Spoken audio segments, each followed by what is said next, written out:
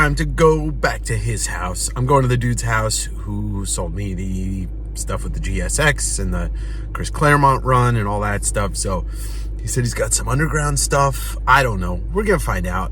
Maybe I can film there. I don't know. West Coast Davengers. Jiminy Crickets, he's live! Welcome to a very unplanned Black Glove special unboxing. Hi, I'm Dave, the West Coast Davengers. You remember me from such things as Wednesday or Tuesday or Sunday or whatever days I do stuff live. Hi, everybody. I bid you hello. Happy Saturday. I'm in my best OJ today. So the gentleman who I got the GSX from a couple weeks back, blind unboxing, I hit him up today just for, for the hell of it. I hit him up and I said, hey, Ray, I was like, what do you got? And he's like, excuse me? I was like, hey, Ray, what do you got? And I asked him if he had anything new. And he actually had a listing that I'd never seen before. So I hit him up about that. It was a bunch of UK magazines. Hello, Naj. Hello from the United States of Kingdom. Hey, Scotty Massage Ventress in the house. So I hit him up and I just, I said, hey, did you get anything new? And he said, I actually got some stuff yesterday. So I said, I'll be there in an hour. I'll be there in an hour. And I went down and went to his house. And to my surprise, and let's get the second camera up. What's up, Trev? There were some treasuries that I knew about, which is one of the things that I actually wanted.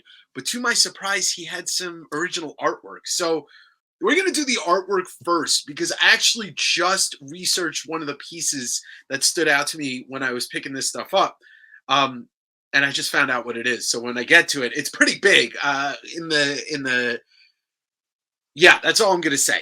As for the comics, I do know some of the stuff that's in here. There was a lot of underground comics, and I'm going to actually switch the camera so I'm looking at you from this one. There was a lot of underground comics that I got to look through, and I just kind of, took chunks of stuff out. But then he handed me some other stuff that was like Swamp Thing. It was a lot of horror stuff. So it's underground, it's horror, and then original artwork. So let's go through the treasuries and the artwork first. And I need your help. If you guys can identify some of the books that it came from, I started to figure out some of the artists. Detective 27 is 100% in here. God, could you imagine that? Not Deadline, but John, there's a chance that he comes up with a Deadline. It's Warrior magazine, which he already sold him. But if there's a Deadline #1, that's bigger, which I'd love that. I dig these comics out of the ground. Exactly. They were in a hole and shovel and gloves. Yes, we'll start off with this, but let me play you a little clip. As I was driving up, I just recorded this video. This is the things I do for comics. I go to places that I probably shouldn't be. Comics. Some of the treasuries that he had were really chewed up, and because I only buy the ones that I really want to read, I just picked up a couple of Conans. This is the Conan, the Marvel Treasury number 19.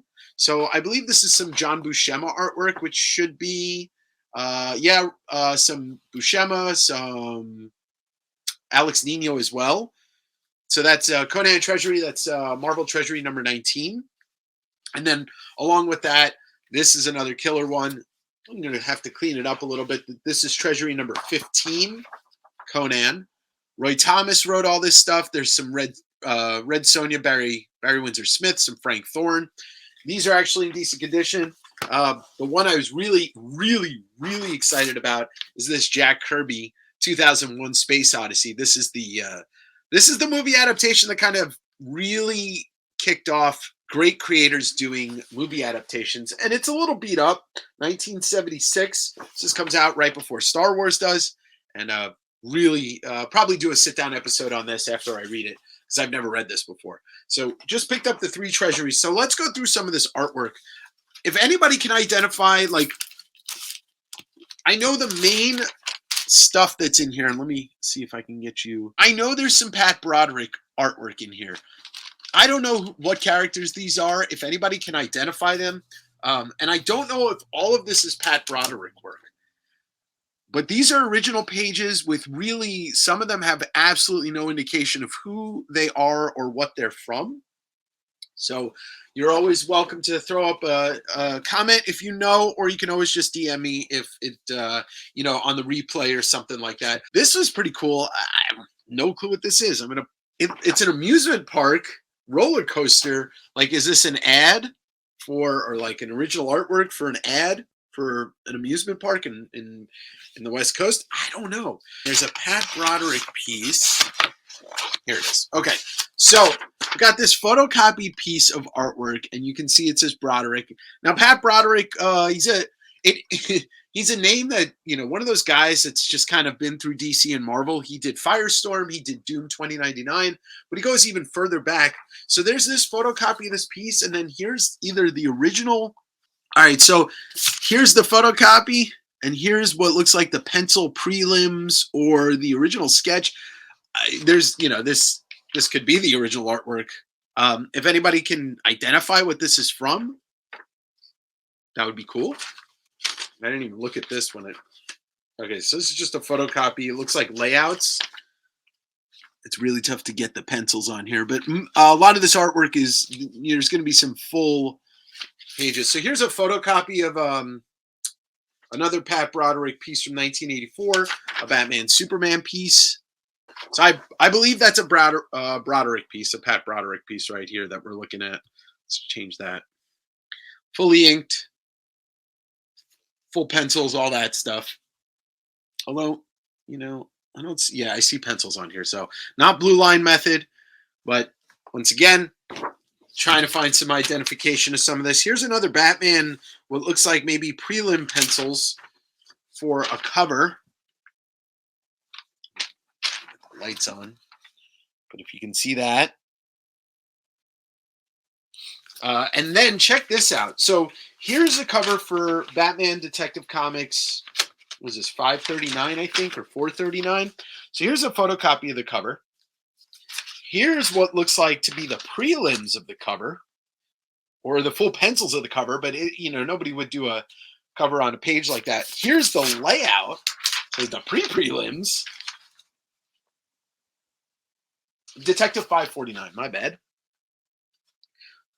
Another one, this could be, and that could go with the roller coaster one, but it looks like a circus, or, Ringling, maybe, Barnum and Bailey. Maybe this was for a sign that they did. I feel like my buddy Dave, other Dave, would know, or maybe Matt Ritchie might know. Hopefully they can pop in. Here's some blank pages that were never used. Well, that's nothing on it, but this is a Marvel Comics page right here. And here's a DC Comics blank page. And then we go to an actual penciled Firestorm. I guess this would be also a rough sketch of a couple of panels, but there's Firestorm right there. So this should be more Pat Broderick work. It's not signed. He does the convention scenes, actually.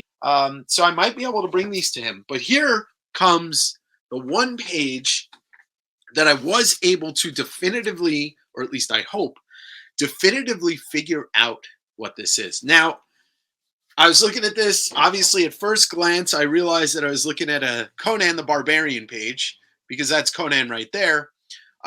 Before I show you the other things, that is a stamp that says Marvel Comics 1981. So it's an original page. And then I realized up here, but that says Conan Annual. This seems to be a page from Conan Annual from 1981, which would be like King Size Conan 6 by Gil Kane. So at first research and first glance, this is an original Gil Kane Conan page.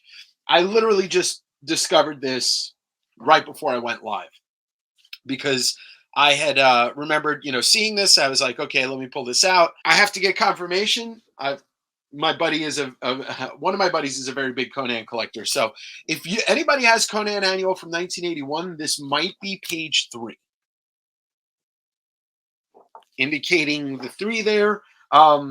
There's some notes on the side in blue line. So this looks like it was done with some blue line, but it's mostly marker. I can kind of tell that that's marker with some white out. At first glance, like I said, this is a Gil Kane page from the 1981 King Size Conan or Conan Annual. One or the other. And if you don't know Gil Kane, you might want to do a little research on some of the most legendary comic book artists. It would have been cooler, obviously, if it was a Buscema page from 70s Conan, but I'll be happy with a Gil Kane page. All right, so now what I'm going to get into, I think, more Pat Broderick artwork. So if anybody can identify, like, I know this isn't ElfQuest because it's not, Wendy and Richard Pini, but Starstruck or Elf Lord or one of those books, that's what this looks like, or Grimjack. And then there's this one, which all looks to be Pat Broderick, or at least most of it. There's some sketch done on the back, some little sketch work here. I don't know if you're going to be able, oh, there you go. You can see it. But yeah, this is all original pages. This one's dope. So this is going to be a book I should be able to figure out here, because what it is, it's characters with, like a little scroll for text. And some of them have the text, but most of them are blank. They haven't been lettered yet. But this is actually a great piece. But yeah, no, most of it's not signed, but from, my little investigative work, might be able to. Planet of the Vampires. Avery, I looked at some of his stuff before I went live, and I was thinking that too. So I'm going to have to just find those books. Star Reach. Okay, so yeah, I'm thinking something along those lines, like not a superhero book, but like a weird sci-fi book. But these are pretty sick. Check this one out. Here's another one from that same format, same book. But same artist clearly, or same book. They do kind of look to be both. And if they are both Broderick, then that's pretty dope. Different placement on the blank for the scroll, but pretty sick. Yeah, and you got this little elf dude and that elf dude. But and then I think this is probably my favorite. It has some of the text on it, but it could be Star Reach. Maybe it is Star Reach. Like, these characters look so familiar, but in the 80s and the 70s and the early 90s, a lot of the stuff that was in this genre kind of looked. Yeah, I know he worked on Micronauts, but clearly it does. I've never read a Micronauts book, but this doesn't look Micronautsy. That's why I was hoping Matt Ritchie was in here, because I feel like he knows. Ooh, all right, there we go. Well, we'll have to take a look at it, John. Yeah, so this one also has text. It's very fantasy-like, not as there's a fairy flying around. Yeah, these are pretty sick. Avery, we're on the same wavelength. Let's see, what do we got here? So here's another prelim. This is just like a little layout sketch by Broderick. I'm assuming another Batman book. Then I'm going to save the best for last. I don't know if the last one's Broderick, but here's another piece from that same series, that same book. And I don't know if there's going to be more. He didn't, this guy's not coy. I really think that, like, he just doesn't know what he's going to get, and it's all from the same place. Now, this is on a collegiate illustration board. It's got some dirt on it, but look at this thing. This doesn't seem to really fit with the other stuff, unless this is a cover, but this looks more underground. I don't know. This thing's sick. Yeah, I'm doing the original art that I got with this stuff first. A bunch of Pat Broderick stuff, but I'll show you the big piece in just a sec, because there is a pretty big piece in here. We'll have to take a look. Yeah, we'll have to take a look at the Star Reach books. So luckily, this one's probably going to be the hardest to identify, because I think these other Broderick pages are going to be easy once I figure out what series it's from, and obviously the Batman stuff. But yeah, got some original, what seems to be Pat Broderick work here. But the big piece out of this lot, which like I said, I only discovered who this was just minutes before I went live, is this 1981 page from what seems to be Gil Kane Conan Annual 6. I think that's what I found on the internet. These illustrations are fantastic. No, I agree with you. Yeah, so that's just the original artwork that I got here. And we're going to go through this box. Like I said, I didn't say. Not a ton of books today. There's a lot of underground stuff, but then there's a whole bunch of stuff that he just kind of handed me that was like, I saw some Swamp Thing in there.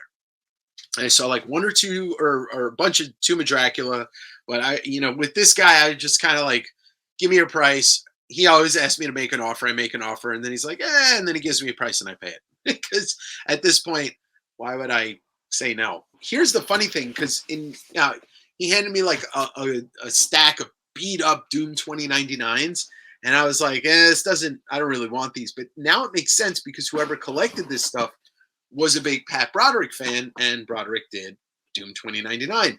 And then there was a big stack of Firestorm the Nuclear Man, which also makes sense because that is also Pat Broderick. So here we go. Let's start with these. Comics International. There's Richard Corbin in here. There's a whole bunch of other artists, but it's just, look, how do you not buy this? I love underground. I love underground horror. A lot of this stuff seems to be from the Bay Area, and that's all the good underground stuff came out of, considering we got stuff like this, Cocaine Comics #1. It's ripped, but I just wanted to take a look inside of this because it's Cocaine Comics. But here's the thing that most people don't know. Leonardo DiCaprio's dad, I believe it's his dad, was involved in the underground stuff, and including this book, George DiCaprio. I think that's his dad, right? Should be his dad because wouldn't be his grandpa in 1975. George DiCaprio put out Cocaine Comics #1. I love Cocaine Comics. Cocaine! My name is Dr. Roxo. I love cocaine. Gil Kane is amazing. Yeah, Cocaine Comics. Most of this underground stuff that you'll see should be SF-based stuff because that's where it all came from. That's where Crumb was. That's where Last Gasp was. So, yeah. Who doesn't? All right, so we've got Bicentennial Gross Outs. William Stout did the cover, so, if you know anything about William Stout and his dinosaur stuff, all the stuff that came before that is underground stuff. I always take, and I'm going to pull these two together, anything that's a mini comic, I will buy. Pork, I don't know what this is, but we're gonna take a look. And then this is Basil Wolverton, who's actually I believe he's a Pacific Northwester, but you'll recognize some of his artwork if you Mad Magazine and stuff like that. Yeah, the #3, that's the Robert Williams cover. I really hope it's in here. I believe that's the Robert Williams cover. Robert Williams did the artwork, the original artwork that was supposed to be on the that's right, Plop, Basil Wolverton. The original artwork for the Guns N' Roses album Appetite for Destruction is a Robert Williams. Here we go. Zap #1 and Zap 0. Boom. Robert Crumb work right there, one of the greatest illustrations of all time. It's not a first print because the first print's got a little hairline thing in the print, but either way. And then I can't say that this is a first print. Probably not, being 35 cents. It's probably a second or third print. But there we go. Some Zap. Dr. Wortham's Comics and Stories. Look at that cover. Probably a little too saucy for YouTube. This shit's great. I mean, if you're not familiar with some of the underground stuff in the 60s to 70s from the Bay Area, you need to get familiar with it. Thank you, Derpa. All right, so here we go. We got some more Zap. Zap 12. Oh, speaking of Robert Williams, Zap Comics #11. Hell yeah. Zap, what number is this? Oh, Zap 10. Zap 9. All right, looks like we're going in reverse here. We got Zap 9, Zap 8, Zap 7. I believe that I have this. This should be a Spain Rodriguez cover. Oh, that's Gilbert Shelton, who always reminds me of Basil Wolverton, but that's Zap 6 right there. So, and here we go, Zap 5, Zap 4. And I already pulled out the 1 and the 0, so hopefully #2 and 3 are in here, and it put me at the first 12 issues. But now we're going to, oh, hello. Okay, all right, all righty. Clay Wilson, yeah, I believe actually, Avery, I believe one of those minis is an S. Clay Wilson book. one of the mini comics that I pulled out. Well, obviously not the Basil Wolverton one, but the other one. All right, so we've got Giant Size Master of Kung Fu #2. It's Galassi, so you know it's going to be good artwork. Here's a chewed up one, but this is Bijou. Kind of looks like it's basically, this is supposed to look like an original Mad book, because that was the format of the cover of the original Mad from EC Comics. This he asked me if I wanted this, and I'm just gonna send this to my brother. This is the Book of Acid. All right, some Crumb. We've got Mr. Natural, #3. Mr. Natural I have no clue, but a couple of Crumbs. Mr. Natural. And if you don't know R. Crumb, one of the greatest artists of a generation, probably the greatest artist in the entire underground scene. It's Robert Crumb. I mean, watch the documentary. San Francisco comic book right there. R. Crumb. Okay. All right. Oh, we froze a little bit. Mondo Snarfo. Well, look at the names on here. Art Spiegelman, Robert Crumb. I can't tell if that's C.C. Beck, but it might be Kim Deitch.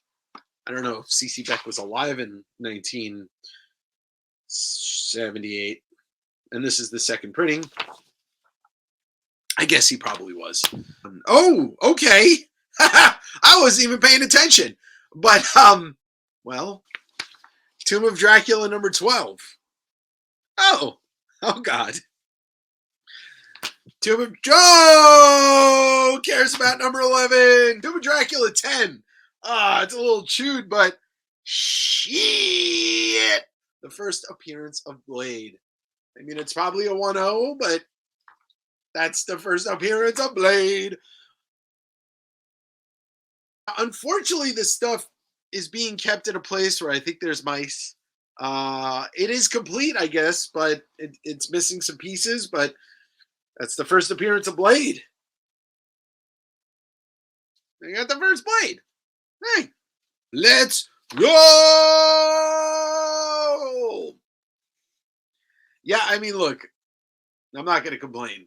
The Gil Kane page is worth more than everything in here anyway.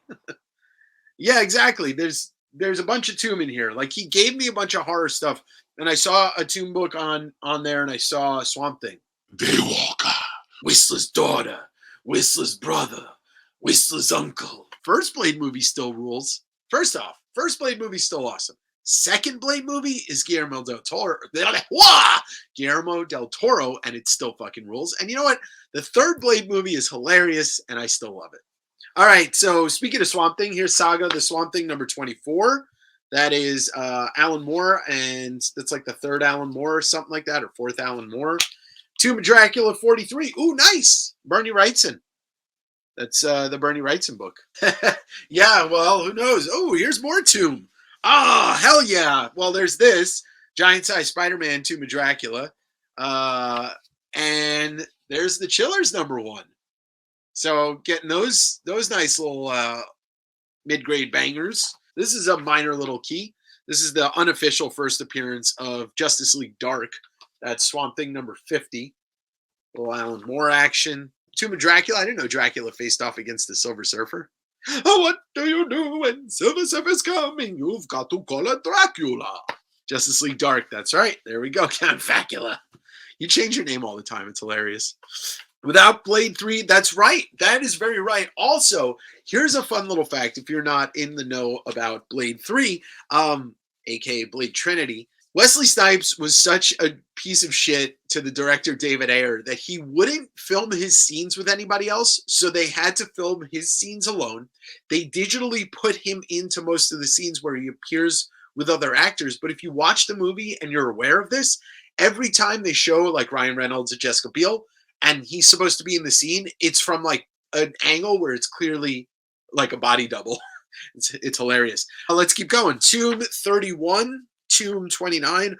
I don't know what the other keys are in this series besides, obviously 110. And some of these are actually pretty clean. So, or at least with an Absarine sponge will be pretty clean. Tomb 46, Tomb 42, 33. So it seems to be most of a lot of the run, not most of it, but a lot of it.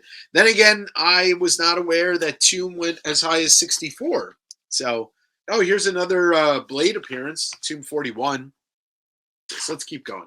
Tomb 28, another Blade appearance, Tomb 58. Hey, I did see this. He gave me a stack of Conans, and I was like, oh, I got to just take it.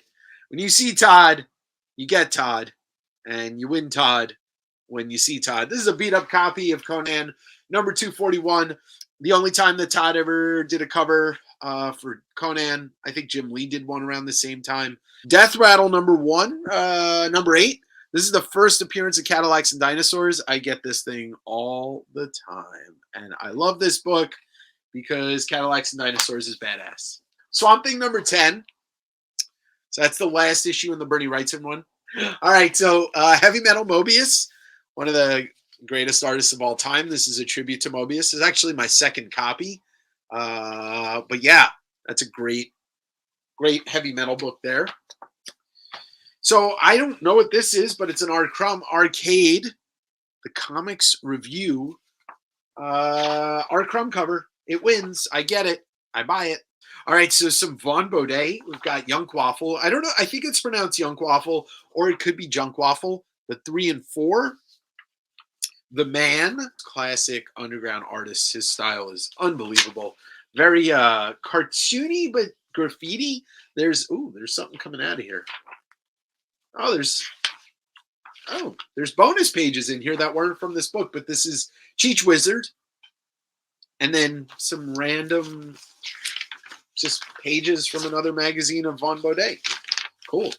Yeah, I think Mobius is underrated by the comic, by like the general superhero comic community. But, I get what you're saying, Adrian. I don't disagree. Oh, here's the rest of Zap Comics number 3. Double flip book there. And Zap Comics number 2. So it looks like I got 1 through 12. Let's go 10. I mean, I'll take a second 10. I'm not going to complain if I get a second 10, but we already got a first. If the Tomb 1 through, whatever, 8 or 9 isn't in here, there's a very good possibility the next time I go to his place, there's one waiting for me. Snoid Comics, another Crumb book. Seriously, if you're not familiar with Robert Crumb, you can watch the documentary. It's probably on Amazon, or just pick up like one of his, like Fantagraphics books.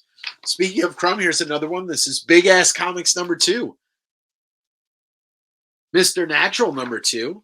And here's Junk Waffle number 2. Bunch of 2s. And here's another Junk Waffle, or Young Waffle, number 3, which I did not know that they made it in a magazine size. So that's number 5, I should say. Here we go. Swamp Thing number 11. Yeah, exactly. Completely insane taste. But once again, I agree. I dig it. Here we go. Swamp Thing 9. So originally when I bought from this guy the first time, before I got the GSX, he had a bunch of Bernie Wrightson signed books.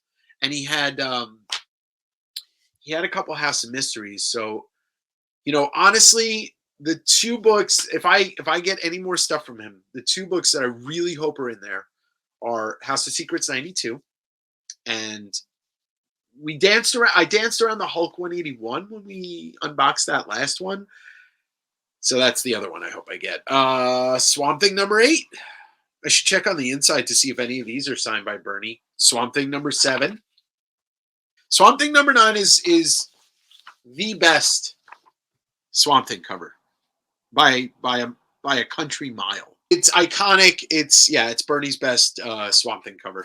Swamp Thing number 6, number 5. It's like I can't get away from these books in the best way possible. I just picked these up on the comic book road trip week and a half, 2 weeks ago. Swamp Thing number 4. Oh, come on. We're going to get a whole run on here or what? Swamp Thing number 3. Detached cover. First Batman meets Swamp Thing. That's right. That is the key. First Constantine would be nice. I didn't buy. He handed me like a bunch of late Conans. Late Swamp Things. They were post Alan Moore, but probably we'll get the first Constantine at some point from him. Crumb is incredible. He was very sad. Oh yes, no, his work is like a Freudian test of sexuality, but it's so good. It's so fucking good. The road to number one. Well, unfortunately, it stops because here comes Tomb 15 and Tomb 16. We're dancing around a bunch of other big books, but I don't know if they're in here. Jeff Jones, Spasm, another Last Gasp. Jeffrey Catherine Jones. Let's see what year this is from. 1973. This is pretty cool. It's really funny. There's a lot of before she was Louise Simonson, she was Louise Jones, I believe, and Wheezy or Louise Simonson was involved in a lot of this stuff. Her name's all over some of the credits of this. I saw it in one of the other books earlier, and then I'm assuming where it says to Wheezy on the bottom here, it's to her. This is really cool. This was one of the things that I saw that I was like, oh, I'll grab this. First off, it's a French Le Mensuel des Superhéros. It's a French Strange issue of Strange, which is just a graphic novel of ASM issues, or a graphic novel of Strange issues. So there's a bunch of stuff in here. And these I want to look through just to see if there's any Todd. Double cover? What? Double cover? Hold on. Are we looking at a true double cover here, or are these normally like this? What the heck? Wait, there's two different back covers. So I don't think it's a true double cover, but this is Bagley. Yeah, there's Bagley. So this would be post Todd. But sometimes they, in these graphic novel trade paperbacks, the foreign editions, they have older books as well as newer books, but the last couple of books, but I'll go through a couple of big things. Slow Death. So anytime I see Corbin, I buy Corbin. Richard Corbin, it's very much see Todd, buy Todd, see Corbin, buy Corbin. Especially this Underground stuff, but this is some 1972 Underground. Slow Death 4, Slow Death 5, Slow Death 3, and 2. So I didn't see a Slow Death 1. This is the last 4 books. But the highlight comic, obviously, is going to be this Tomb 10 first appearance of Blade. Drop that girl, Dracula, or this wooden knife will finish you off forever, motherfucker. The coolest piece that I pulled out of here, and that's a Gil Kane page from, I think it's king-sized Conan from 1981, number 6 maybe. But there is a date stamp on back that says Marvel Comics 1981. And so I did, like I said, a little research beforehand, and Gil Kane illustrated this issue. So now I just got to make sure this is a page from that Conan Annual, because it says Conan Annual on the top here. Let's see. If you're watching this on the replay and you recognize some of this original art and where it's from, please drop a line, drop a comment below. And I'll be posting some of this stuff on the Instagrams too. But don't forget to hit the like button. Go back into my back catalog and watch some videos. Lots of big things coming down the pipeline. Thank you all for joining. This is your friend Dave, and this is going to be the end of the show. See you later. Bye-bye.